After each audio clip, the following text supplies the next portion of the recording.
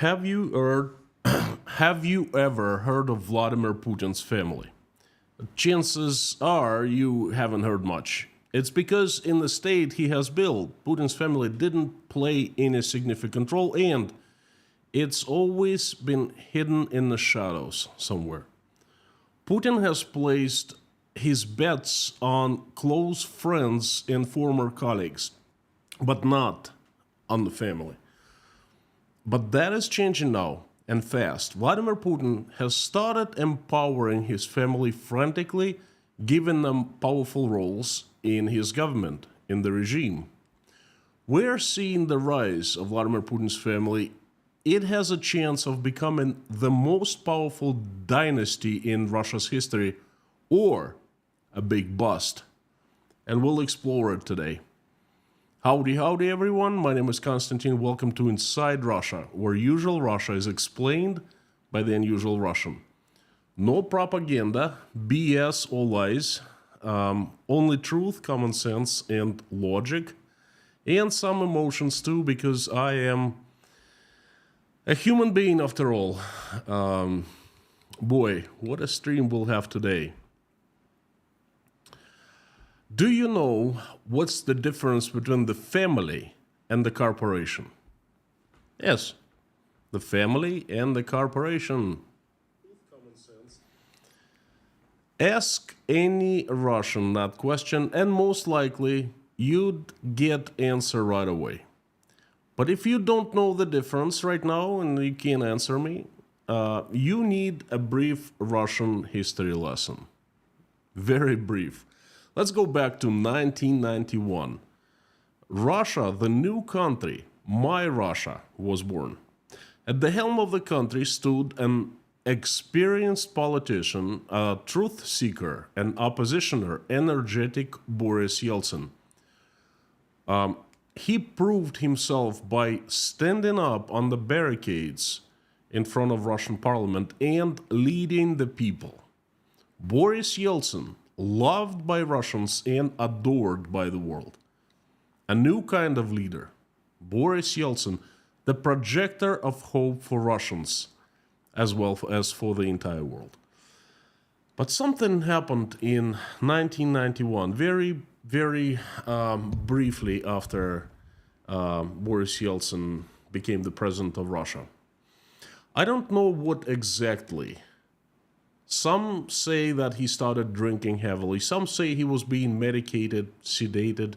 I don't know. Now, I know this. I know that Boris Yeltsin changed. The change was not to the better, and it was drastic. We in Russia felt confused. All were asking, what happened to our Yeltsin? And from being a hero of the people, he started turning to the traitor of the people. His approval rating was plummeting, and in the late 1991, he was probably the most popular Russian in the prior 90 years of the history of the country. And by early 1996, his approval rating dropped down to 4%. Yeltsin turned into a political corpse in 2.5 years. Again, something bad happened to him. In 1996, it was clear that he was done. But Yeltsin had one very important thing, the support of his family. Yeltsin had 3 strong women behind him, his wife and 2 daughters. They loved power, loved being on top of Russia, and they didn't want to step down. So they mobilized the oligarchs, and by using Yeltsin's power, they traded Russia's riches for Yeltsin's presidency extension. In 1996, with the support of various oligarchs, Yeltsin crushed his opponent, communist Zyuganov, and remained in power until 2000, for 4 more years. The thing is, he wasn't in charge. His wife, younger daughter, and a few people close to them were ruling Russia. And that was how the family was born. The family where Boris Yeltsin was just a nominal head and the real power was in the hands of others, albeit close to him. In the following 4 years, after 1996, a Russian president was rarely seen on public. He was binge drinking for years, and somebody had to do his duty. And that somebody was the family, the women behind him and their men close to them. Make no mistake, that was a real family.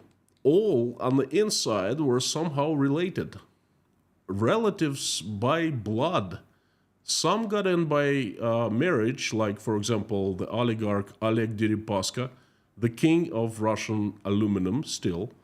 Some got in by sleeping with family members. Some got in by befriending some family members. One big family. And it was a known fact, and in the 90s it was openly referred to as the family. And Vladimir Putin also became a part of the family. A very distant relative who, the guy whose name you have had time remembering, but he managed to become a part of the family. Then came the last day of 1999, and Boris Yeltsin resigned. He was drinking so much, he could barely speak on that day. I'm tired, I'm leaving. Хотя бы чуточку, хотя бы немножко жилось легче и лучше. Не было у меня более важной задачи. Я ухожу. Я сделал все, что мог. It was, it was really painful to watch that old man speak. And he wasn't that old. I think he was 68 at the time. And right after, young, energetic, sober Vladimir Putin became the president. And family's influence started disappearing. Yes, it was the family who appointed Putin to Russian presidency, who placed him to the throne. But any new leader, if he's smart and shrewd enough, surrounds himself with his own people. And that process is called power struggle. And Putin was smart, and slowly he started replacing Yeltsin's family members with his people. He didn't do anything bad to the family. On the contrary, he was very protective of them. He gave everyone immunity. He safeguarded their riches. And some of the family members even became a part of his own team, like the oligarch Abramovich and oligarch Deripaska. He was just pushing the family further away bit by bit. And I think that that's when the stepping stone strategy was born. And after about 3 years of Putin's power, the family, Yeltsin's family, vanished from Russia's political stage. They were still there, but they weren't calling the shots anymore. But any political stage is a busy place, and vacuum cannot exist there. So Vladimir Putin was pushing out Boris Yeltsin's family members one by one, but he was replacing them with his own people.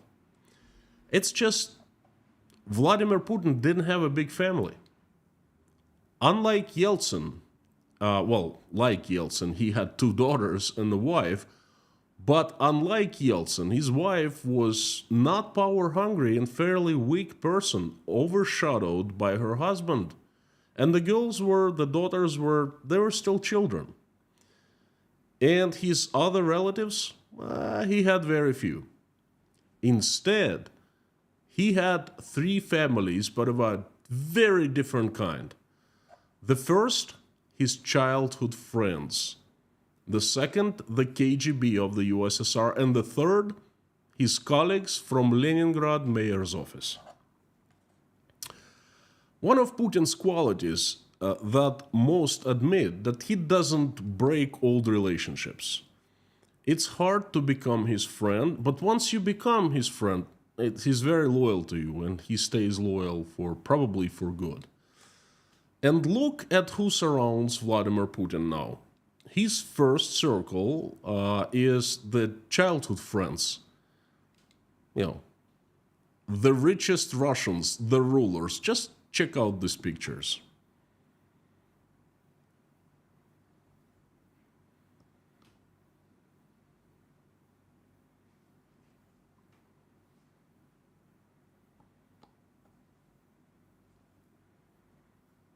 These people are very close to him now, and they're very rich, multi-billionaires, billionaires many times over. They own a lot, they have lots of power, and they're still close friends. His second circle, his KGB colleagues, turned friends. Do you recognize the guy who is in charge of Russia's military-industrial complex right next to Vladimir Putin? You probably don't, but that's him. Take a close look at this picture. Must have been taken in the Eastern Germany back in mid-80s when they both worked together and lived right next to each other in the same apartment building. And his third circle is his former colleagues who worked with him at Leningrad's mayor's office. Just like this guy, one of them. I think you all recognize him. This picture was taken, must have been taken 30 years ago, something like that. And if you look who is on top of Russia right now, you pick any person, and anyone would be from old Putin's circles or connected to them in one way or another. Name anyone, you will not miss. One thing though, and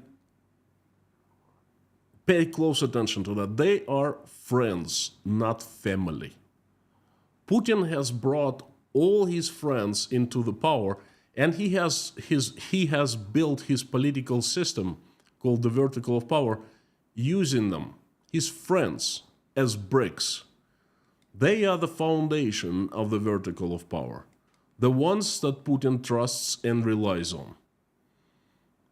And they are called the corporation. All those people loyal to Putin are put together with two goals: to support and prolong Putin's power, and to enrich Putin and themselves in the process. They are not tied by blood. They are tied by money and power. Moreover, most hate each other and feud with each other just as executives feud in any large corporation. And Putin is on top as the CEO. The name the corporation was born in 2003 and replaced the family in the Russian media. Yes, back then the media was free enough to talk about it openly. The corporation was at everyone's lips when they talked. I haven't heard this name, this word, the corporation, since 2011.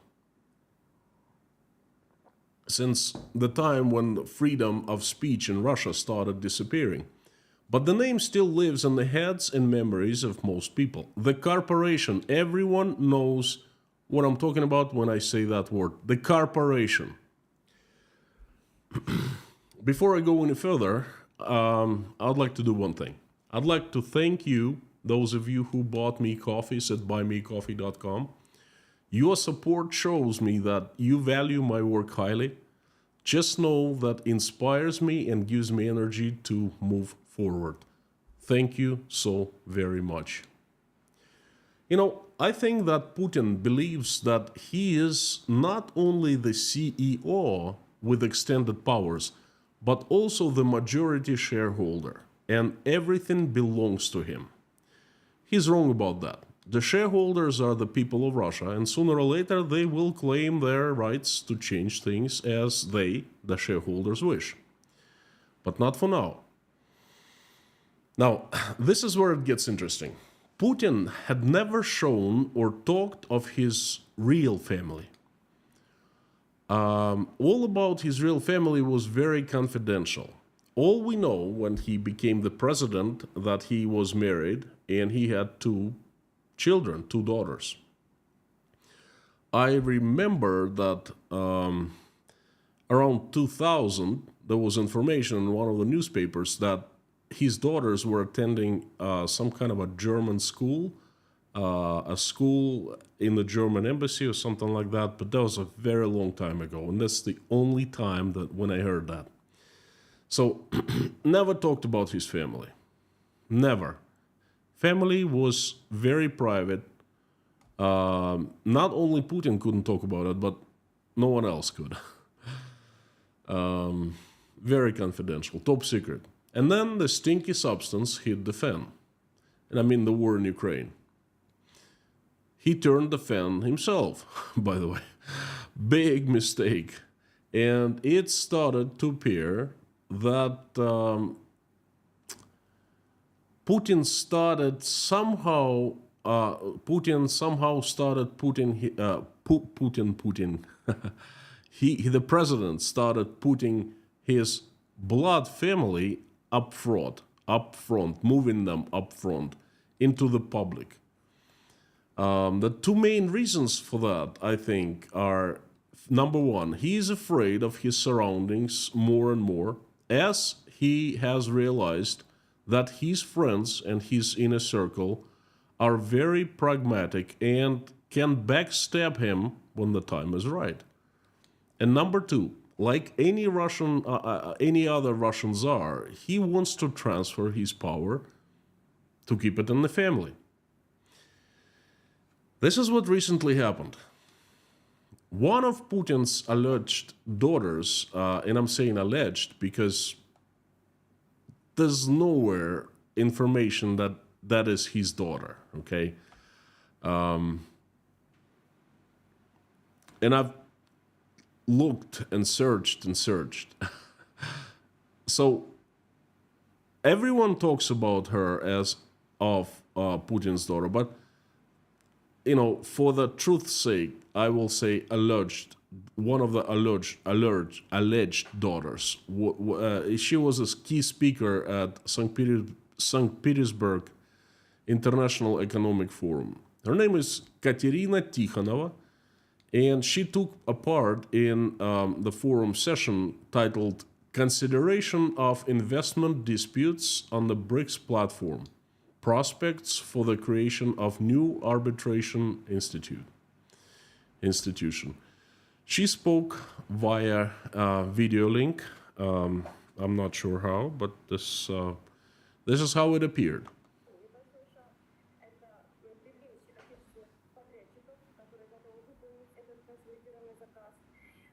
При выборе подрядчика учитывается готовность выполнить этот объединенный заказ и в том числе соблюдаются требования самих заказчиков к поставщикам. Tikhonova presented her report of substituting foreign technologies in the military-industrial complex. That was the only speech at the St. Petersburg International Economic Forum indirectly related to the war in Ukraine.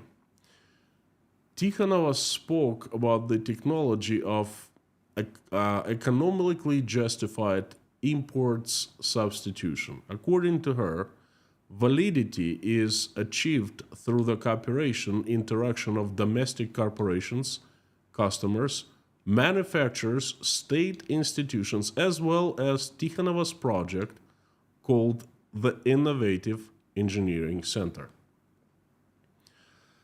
Now, I had never heard of that before, the Innovative Engineering Center. She added that 180 projects on the introduction of Russia's technologies, Russian-made technologies, are currently being implemented using her project. The total cost of orders received from the state amounts to 86 billion rubles, or $1 billion, roughly. Around 360 Russian enterprises are already involved in this system, in this project. Well, I guess she's building a system with her project. This is one of her rare appearances on public, but it looks like it's just the beginning. And if we are to believe Tikhonova's words, and we have no reasons not to believe her, she is the head of a large technological and industrial enterprise, or some kind of a center, with huge resources. This appears to be a good foundation and a springboard for growing her public image and popularity. Just imagine a situation when, say, a number of war drones increases, or a new type of war drones is introduced, and Vorontsova is named as the savior of the Ministry of Defense. That would propel her into the high orbits of Russian politics. And what if Belousov, the current Minister of Defense that was recently appointed, what if he's appointed as the future victim to blame the Ministry of Defense failures on and to help to propel Ekaterina Tikhonova? This is just something on top of my head, not necessarily true, but the possibilities for her are endless now. By the way, I covered the St. Petersburg International Economic Forum in daily news updates that I do. Every single day, I carefully select and post 9 news that I find important with my commentaries and analysis. If you want to keep yourself informed on everything you wanted to know about Russia but were afraid to ask, please become patron at patreon.com. Get access to the news that matter. The link is down below in the description and in the comments. Now, Maria Vorontsova is the second alleged daughter of Vladimir Putin. She's a medical scientist, as it turns out, and until recently, she also had remained in the shadows. That changed about 6 months ago when she started giving interviews and appearing on Russian TV. Let's check it out. Для формирования школ, видимо, проведения. Школы, которые будут рассказывать студентам, рассказывать ученым, исследователям, как было бы правильно, как было бы лично проводить те или иные исследования. The leading medical researcher of a reputable medical institute, Vorontsova has an image of a modest medical scientist, young but already proven. Imagine this scenario: a medical breakthrough, and the author is a young scientist with impeccable reputation and the support of all Russian media. Never been in politics, no dirt on her whatsoever. Her purpose is one and only to serve Russia. Who else can be a new leader better than her? Old politicians, all corrupt, all criminal, they destroyed Russia. They did so much damage. They didn't deliver. They failed. Imprison them, blame them, They're the reason the Russians are doing so bad. The new faces are needed. And here's a new face for you. Perfect face. A face suited and fitted to lead Russia into the future, the bright future. Again, this is not necessarily true, but one of the many possible scenarios. Another person of interest is Anna Tseveleva, Vladimir Putin's great-niece. She has been appointed Deputy Minister of Defense of Russian Federation. The relevant presidential decree was published on June 17th. It comes into force from the date of signing. In April 2023, Tseveleva headed the state fund for the support of the participants of the special military operation. That's how the Russian government is calling the war in Ukraine. So the foundation's name is the Defenders of the Fatherland. What the hell What does this woman have to do anything with the Ministry of Defense? With the military, with the Russian armed forces? Yes, she's a general now, the deputy minister. On the other hand, it's very important to have a close person inside a Russian Ministry of Defense. I said many times that that is the most powerful place in Russia, because that's the place where Russian tanks and planes are controlled, and direction where they fly and drive to is set in the Ministry of Defense. You know, it can be said outwards of Russia, but it can be said to Moscow, you know. So a person inside Russia's Ministry of Defense is needed to monitor what's going on. The eyes and ears of whoever needs to watch and listen. You know, or could frame the minister if needed at any minute. Smart move. Civilova's husband, Sergei, headed Kemerovo province until May 2024. And after Putin was inaugurated the president of Russia for the 5th time, Sergei was relieved of his duty of the governor and appointed the Minister of Energy of Russian Federation. Another relative, in the close reserves, so to speak. Another potential star of Russian future political landscape. Now, what about the ex-wife, Ludmila? Putin divorced his wife in 2013, 11 years ago. It's funny, Putin has been speaking of family values, but the man itself divorced his wife with 2 children, and he's been single ever since, so they say. So Putin divorced Ludmila in 2013, and not much had been heard of her until recently. But not from Russia, the news came, from France. She had a mansion confiscated in France, and she's under sanctions. But there are rumors that she has many other properties still left unconfiscated in many places. And there are rumors that she's still in business, so to speak, just out of curiosity. Where would the ex-wife of a president who doesn't make much, where she would get money to buy a multi-million-dollar, incredibly luxurious mansion in France? Perhaps, she hasn't gone too distant from her ex-husband, after all. Perhaps she's still in touch. Perhaps helping the friends, the oligarchs, to move money.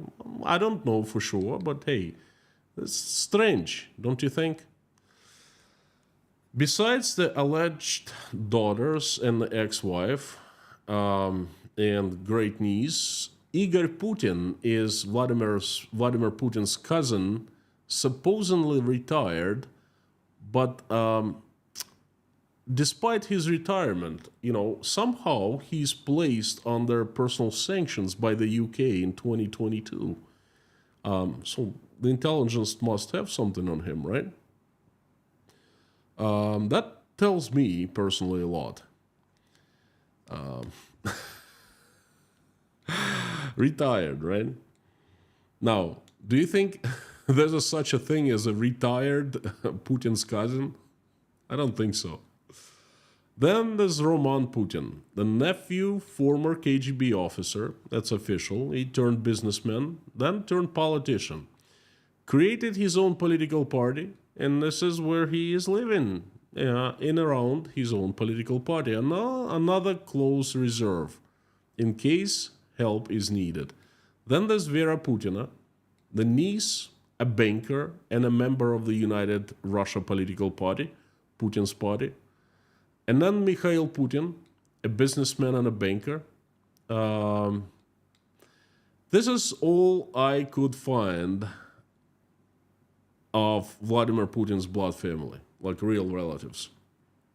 Not big, but it looks like he's making at least some members of his family powerhouses, at least pumping them with money and power.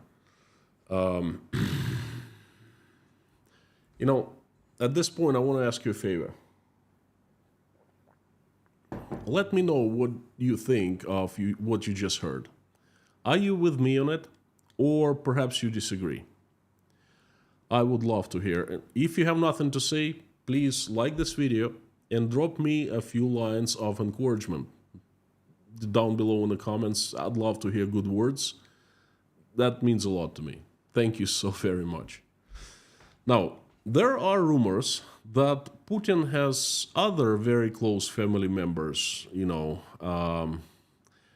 but they're just that, rumors. I cannot speak of what I don't know, and I cannot confirm. Judge for yourself. There's a lot of information on the internet, and his alleged ties to other family members, close ones, but I just don't know. Now, what's interesting, Russian propaganda started talking of Putin's family.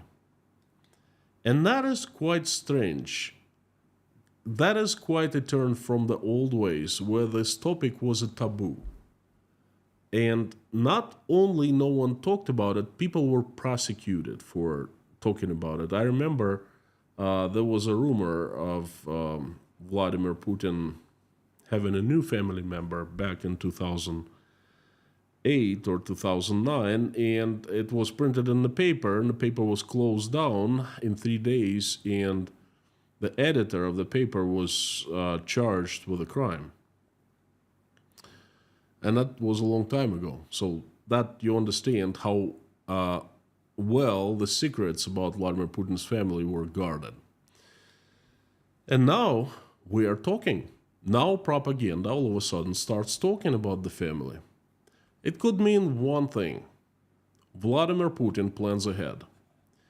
He has some kind of plan to transfer his absolute power. So all he has worked for very hard in all those years will be saved, at least. So it looks like he starts creating a dynasty, or at least he wants to create a dynasty. Putin's family is the dynasty, the Putins family. Perhaps there are other offsprings of his friends, by the way, who would like to join on that, or perhaps he plans on bring them in as well. For example, the Fradkovs, the Patrushevs, the Sechins, the Kostins, perhaps. At this point, it is unclear, but we'll find out very soon. Putin is playing a very dangerous game. He's risking everything. The result of what Putin did is Russia is getting out of control, and the vertical of power starts shaking. And the next step will be it's breaking. There's a high chance that if Vladimir Putin doesn't succeed in hanging on to his absolute power with help of his friends and his close family, and we are seeing that he is getting his close family very actively involved. Okay, so if he fails to hang on to his power, if he loses, there will be the ultimate price to pay, the life. Not only his life, but now it's the life of his family members, the lives of his family members. The higher the stakes, the higher the risks. The ultimate stakes bring the ultimate risks. At this point, there's no way out for him. It's a win or lose type of situation, a complete win or complete lose, live or die type of thing. And if I were to place a bet on the outcome, I would bet on lose. It's just there are so many risks for Putin, and they keep on mounting. Do you know what the good news is? He is not planning to use the nukes.